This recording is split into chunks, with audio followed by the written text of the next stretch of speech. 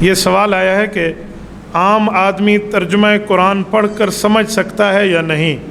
کیا عام آدمی کو قرآن کریم کا ترجمہ پڑھنے کا حق ہے یا صرف تلاوت کرے؟ شریعت کی روشنی میں وضاحت فرمائیں۔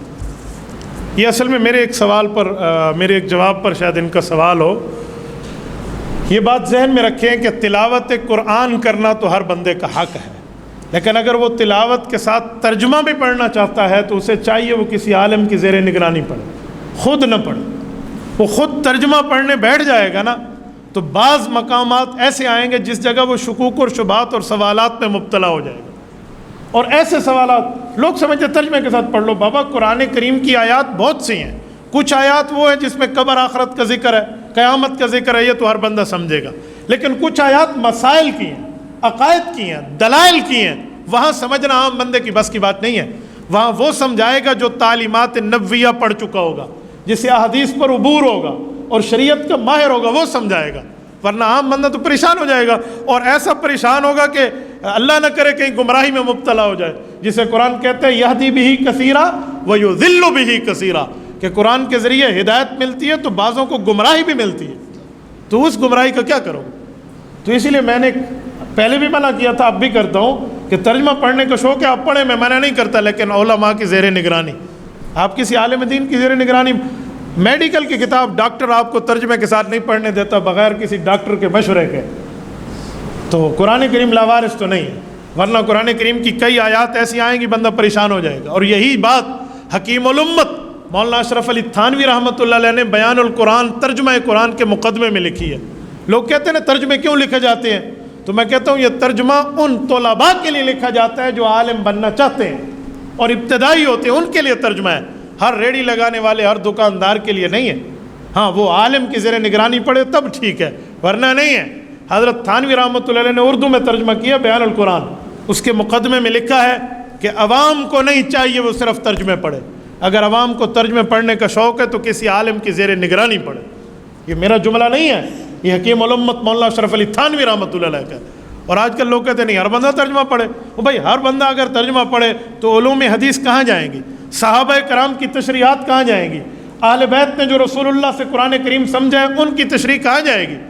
اسی لیے اگر ترجمے کا شوق ہے تو علماء کی زیر نگرانی پڑھیں، ورنہ میں ایک دو مثالیں پیش کرتا ہوں۔ مثلا قرآن کریم میں آیت آئے گی وَيُحَذِّرُكُمُ اللَّهُ نَفْسَهُ، اللہ تمہیں اپنے ذات سے، اپنے نفس کے غضب سے ڈراتا ہے، تو قرآن کی آیت ہے۔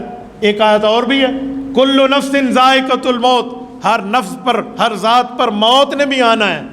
تو اگر کسی بندے کے دل میں یہ خیال آئے کہ اللہ کی ذات ہے، پھر ہر ذات پر موت آئے گی، اللہ کی ذات پہ نعوذ باللہ کب موت آئے گی، تو علوم حدیث اور علوم قرآن کا ماہر اسے سمجھائے گا کہ یاد رکھیں ہر چیز نے فنا ہونا ہے، وَيَبْقَى وَجْهُ رَبِّكَ ذُو الْجَلَالِ وَالْإِكْرَامِ کا مطلب کیا ہے؟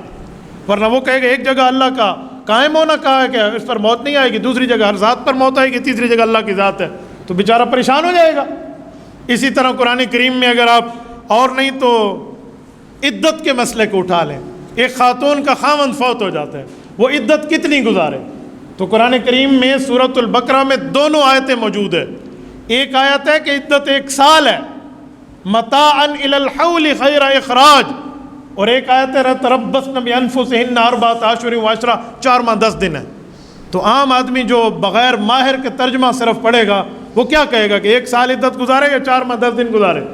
تو عالم بیٹھا ہوگا جو قرآن اور حدیث کو جانے گا وہ کہے گا یہ حکم منسوخ ہے، پہلے وقت کا ہے، اور یہ حکم بعد والا ہے۔ عام آدمی خالی ترجمے سے تو فرق نہیں کرے گا، تو کیا کرے گا کس جگہ؟ یا مثلا عام بندہ کہے کاف ہا یا عین صاد، سورت نمبر 19 سورت مریم شروع ہو رہی ہے، تو اس کا ترجمہ کیا ہے؟ الف لام میم، اس کا ترجمہ کیا ہے؟ وہ کہے گا نون والقلم، اکیلا نون ہے، نون کا ترجمہ کیا ہے؟ قاف، یہ قاف کا ترجمہ کیا ہے؟ اس کا کیا مطلب ہے؟ تو اس نے تو پریشان ہو جانا ہے، اور جب پریشان ہو جائے گا تو کیا؟ اچھا کچھ آیات ایسی ہیں ایک آیت کا دوسری آیت سے ربط ہوتا ہے۔ اللہ تقسطوا فی الیتامى فانکحوا ما طاب لکم من النساء، چوتھے سورت نمبر 4 سورت النساء میں پہلے صفحے پر موجود ہے کہ تم یتیموں میں انصاف نہیں کر سکتے تو عورتوں سے نکاح کر لو۔ اب وہ مسئلہ اور ہے، یہ مسئلہ اور ہے، لیکن ایک آیت میں موجود ہے۔ ایک بندہ کہے گا اچھا یتیم سے میں نکاح کرو، نہیں طاقت تو پھر اور نکاح کر لو، وہ بیچارہ شش و پنج میں مبتلا ہوگا، لیکن عالم کہے گا اس کا تعلق کس سے ہے، اس کا تعلق کس سے۔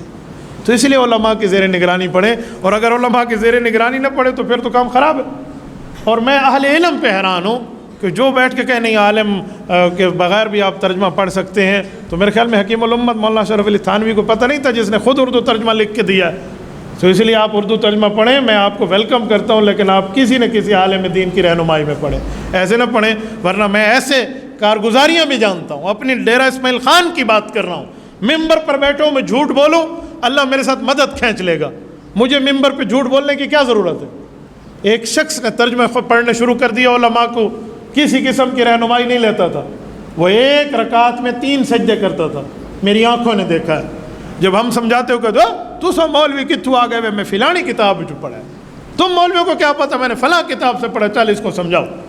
آخر وقت تک وہ ہر رکعت میں 3 سجدے کرتا تھا، پتہ نہیں اس نے کہاں سے پڑھا، ہم نے تو آج تک یہ مسئلہ کہیں نہیں پڑھا۔ وہ بیچارہ کسی شوق میں مبتلا ہوا ہوگا، عالم سے رہنمائی نہیں لی ہوگی، اور یہ حال ہو گیا ہوگا۔ اس لیے ہماری سریکی کی ایک مثال ہے، وہ میں آپ کو سمجھاتا ہوں کہ ماں کلو دھی سیاਣੀ ردھے پکج گھتے پانی، تو کبھی بیٹی ماں سے عقل مند نہیں بنتی، وہ بننے کی کوشش کرے گی تو پھر یہی حال ہوگا۔ تبارك الذي نزل الفرقان على عبده ليكون للعالمين نذيرا